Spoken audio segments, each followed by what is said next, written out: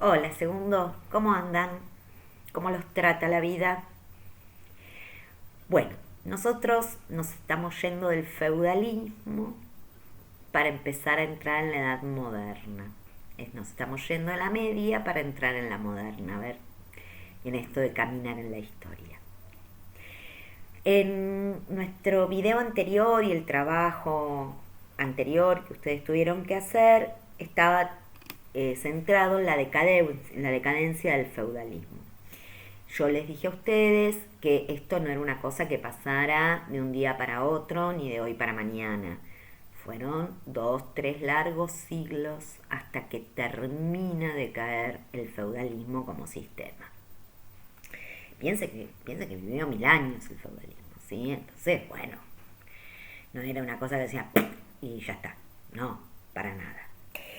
Vamos a ver qué es lo que puso en crisis al orden feudal y cómo se va a dar ese paso a la modernidad. Algunas cuestiones ya las mencionamos cuando vimos el tema de la decadencia del feudalismo, ¿sí? En el siglo XIV se va a producir una fuerte crisis, va a haber agotamiento de los suelos, si hay agotamiento de los suelos no hay producción de alimentos, si no hay producción de alimentos hay hambruna, hay enfermedades, hay muerte. ¿Está?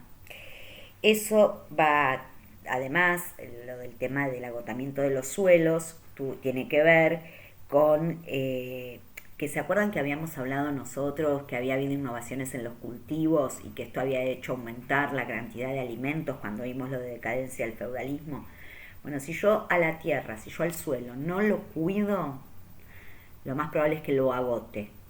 Eso sumado a que en el siglo XIV se produjeron grandes heladas y grandes inundaciones. Nos salió una bien en el siglo XIV, ¿sí? Se desata la peste. Todo esto va a traer como consecuencia más muerte. En las ciudades van a comenzar a recibir, esto es algo que ya habíamos mencionado cuando hablamos de la decadencia del feudalismo, la gente del sector rural, la gente del campo se empieza a trasladar a las ciudades. Las ciudades siempre brindan mayores oportunidades para trabajar, ¿sí? A lo largo de la historia. Poder entrar a un gremio de artesanos, aunque sea como aprendiz por cama y comida, no es que a uno le pagaban un sueldo, pero eso le permite aprender un oficio, le permite crecer dentro de esa corporación y eso va a habilitar de alguna manera que uno pueda empezar a desarrollar algún otro tipo de actividad. El poder de los señores feudales se va a seguir debilitando. Las guerras que se van a producir en esto de que los reyes ganan poder, entonces hay que empezar a definir los límites de los países, la cantidad de sobre todo hombres que van a la guerra va a tener como consecuencia mayor número de muertes.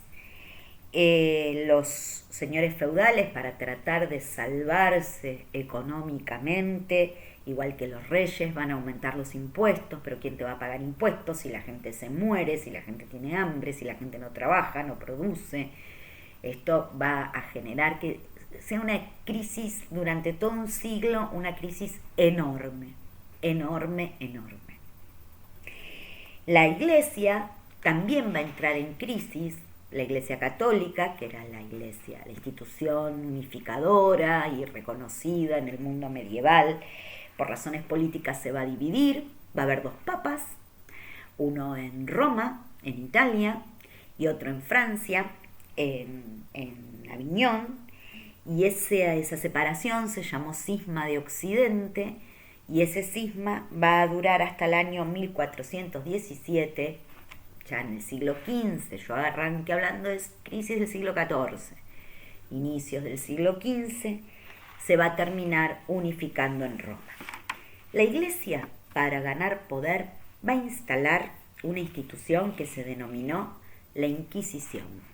Por ahí alguna vez la escucharon o en alguna película la vieron. La Inquisición es una institución creada por la Iglesia Católica que va a tener muchísima fuerza en Francia y en España, van a ser dos países donde la Inquisición actúe muy fuerte, que va a perseguir y condenar a los considerados opositores. Y acá me quiero detener un poquito. ¿Quiénes eran opositores? Aquellos que por ahí no practicaban con demasiada fe la religión católica, los científicos. Galileo va a ser condenado por la Inquisición. No lo mata. La Inquisición prendía fuego a todo el mundo, porque Galileo, con sus descubrimientos científicos en relación al movimiento de la Tierra, va a retractarse. Es re triste la retractación de Galileo, porque la escribe para salvar su vida. Si le sirve, le salvaron, no lo ejecutaron, pero lo excomulgaron. Esto que significa que Galileo no podía comulgar, que para la época es una cosa tremenda que a uno no lo dejaran comulgar por el poder que tenía la Iglesia. Galileo salva su vida y lo perdona la Iglesia, lo termina perdonando. Esto fue en el siglo XV. La Iglesia lo termina perdonando hace 20 años a Galileo, tipo que Galileo no se enteró de que la Iglesia finalmente dijo, che, parece que Galileo tenía razón. Muchas mujeres fueron perseguidas y condenadas por la Inquisición, por considerarlas brujas. La Inquisición, por supuesto, que armaba un tribunal, cualquiera, porque la decisión ya estaba tomada. No es que uno se buscaba un abogado que lo defendiera, El abogado lo ponía la misma Inquisición, pobre el condenado. Con lo cual, a la hora de uno defenderse, de que el abogado lo defendiera, lo terminaba de hundir. El condenado, el perseguido, el acusado, el denunciado o la denunciada no tenía defensa, ¿sí? No era tenida en cuenta su opinión. Nadie le daba la posibilidad de defenderse, de explicar, de aclarar, de decir. Entonces, si a mí alguien me caía mal, yo podía ir, presentarme en la Inquisición y decir, vamos a suponer que mi vecina me cae mal. Entonces yo podía ir y decir, mi vecina hace prácticas de brujería. La venían, la buscaban. A la mina nadie le preguntó, ¿usted bruja? ¿Usted qué hace? ¿Mata pollito? Nada, Nada. Suficiente con la palabra de alguien que vaya y... ¿Está? La Inquisición trabajaba de este modo. Millones de personas murieron a manos de la Inquisición. Insisto, la Inquisición perseguía, condenaba a los que consideraba opositores, no daba lugar a la defensa.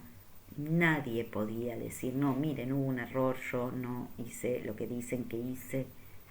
Nada, ya estaba condenado de antemano. Hacían la fantochada ahí de un juicio, pero la verdad es que al acusado nadie le daba la posibilidad de defenderse. Tal y como lo comentamos en lo que fue la decadencia, en América fue fuerte, perdón, me olvidaba. En América fue muy fuerte la Inquisición, muy fuerte. España conquista y coloniza América, traslada sus instituciones, una de ellas es la Iglesia, y la Iglesia en América va a aplicar muchísimo la Inquisición. Imagínense, con las pobres poblaciones originarias, se hizo una fiesta la Inquisición, ¿sí? Los reyes van a seguir fortaleciendo su autoridad, porque a las guerras, para definir límites de países, iban más que nada los señores feudales, que ya se nos habían muerto un montón en las cruzadas. Ahora se van a empezar a morir en esta cuestión de las guerras para definir límites entre países, cuando los reyes, a lo largo de un siglo y medio, vayan recuperando poder. Este fortalecimiento de la autoridad del rey, según el país, va a tener características propias, ¿sí? Hubo reyes que les resultó más fácil, menos complicado poder sostener y fortalecer su autoridad. Van a poner a los nobles, los señores feudales, bajo su autoridad. Van a ser los únicos que tengan poder para cobrar impuestos y van a pactar con los burgueses, y acá ahora voy a hacer una aclaración, con los burgueses para enfrentar a los señores feudales. Los burgueses son los habitantes de los burgos, de las ciudades. ¿Quiénes son los burgueses? Los que se dedican a la actividad comercial y bancaria. Son los que tienen la plata. Entonces, esos reyes que venían débiles, una cosa para ejercer poder político es poder hacer alianzas con los que tienen capital. En este caso, la burguesía. Una señal importantísima en la Edad Media para que los reyes demostraran su poder era tener un ejército nacional, sacarle a cada señor feudal su ejército, que todo el ejército respondiera al rey. Hay que pagar sueldos, ¿eh? ¿De dónde van a sacar los reyes la plata? De los impuestos y de las alianzas que hacen con la burguesía. Ya veremos qué le va a pasar a los reyes con estos burgueses y esa alianza. La próxima charlaremos sobre el Renacimiento y el humanismo. Chau, chi.